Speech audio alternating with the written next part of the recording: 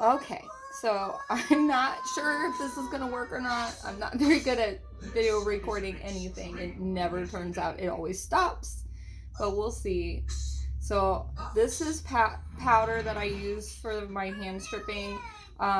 It's I think it's Hatchwell's brand. It just um, it's safe to use on dogs. It makes the hair dry and brittle so that it pulls out a lot easier and gentler for the dog's skin. Um, and it also is kind of acts to absorb some of the oils that are natural in a terrier coat.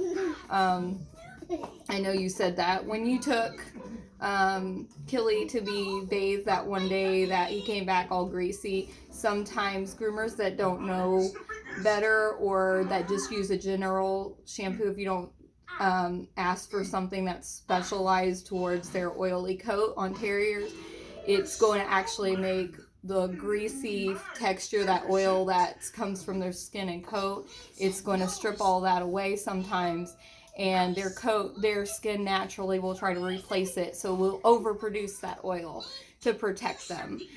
It's just a natural thing that occurs. So the first tool that I actually use after I brush them all out with a regular slicker brush is this undercoat stripping knife. It has teeth on it, and try to hold it the right way so you can read it. It says Sumo Raker.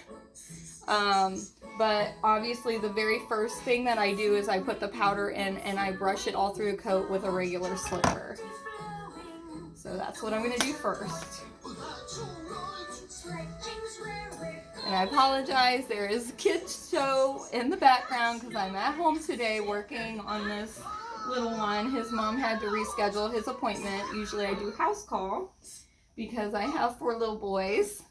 And so today, home with me is my 4-year-old son, and he is watching some alphabet stuff to help him learn. So that's going to be going in the background the whole time. I apologize. I hope that doesn't affect it. So first I just kind of sprinkle this powder all through, and it's actually safe. It says on the package that it comes in on horses, dogs, cats, and I think guinea pigs, but I could be wrong on that. You have to read the container. And it says that it's also for cleaning the animal as well as assisting during the hand stripping process. So a lot of times with hand stripping dogs, you don't actually bathe them every time you hand strip them. You're going to do more hand stripping and de-shedding on them than you are going to bathe them. And the reason for that is because, again, their body makes natural oils that protect their skin and keep their body temperature where it needs to be to protect them during the job that they generally do. Most terriers were bred for killing rats and during the bubonic plague, keeping them from coming in the home, and keeping small other rodents away on farms.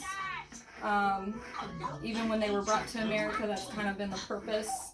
So they have this harsher coat and the oils that keep their body warm and don't snag as easily and get caught in things underground if they go and say they dig underground and they go after a critter or something. It's meant to allow the coat breaks away easily. They don't get trapped down there.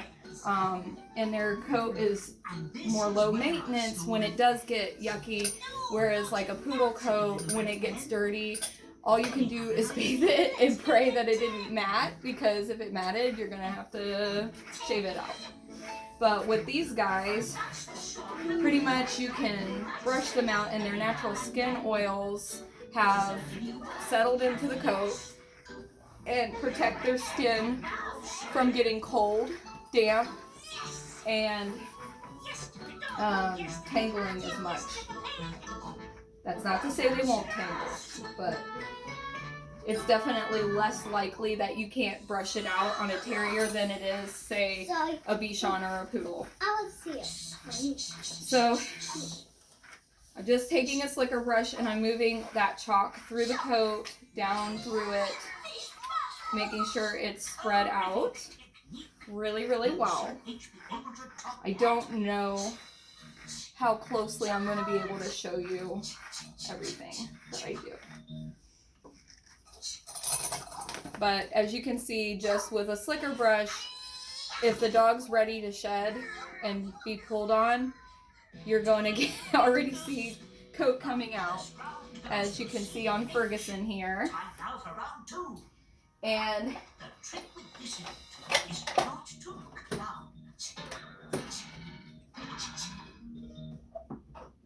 I'm just going to pull out a few tools that I like to use that I kind of mentioned before. One of the cheapest things that you can easily get and purchase to help you is simply a rubber band and a normal dog comb, like the metal kind that you can buy at the pet stores usually, or online. You get that and you take the rubber band and you feed it through the teeth of the comb, every other one, so that it's on there. And what this does is it acts as a gripping tool. So then after you've brushed your dog out and you're ready to comb them on a regular basis without stripping them, as say you just want to like brush and comb them out because you're taking them to the park and you want them to look nice, or pictures, and he's already regularly groomed, you can take this and you literally just run the rubber band in there through the teeth. You can do it all the way across on both sides. I just have it on this side because he's got a lot of undercoat in there. He hasn't been groomed for 6 weeks. So he is definitely due, and if I run this finer tooth section through him right at this moment, it's going to catch and snag on every hair because it's all ready to come out. But I'll show you, if you just run this through where you combed out with your, just like a regular comb out, you can, I don't know if you can see that or not, but you can see it's pulling hair just because of that rubber band that's gripping it. So this is like one of the fastest, cheapest ways to get started.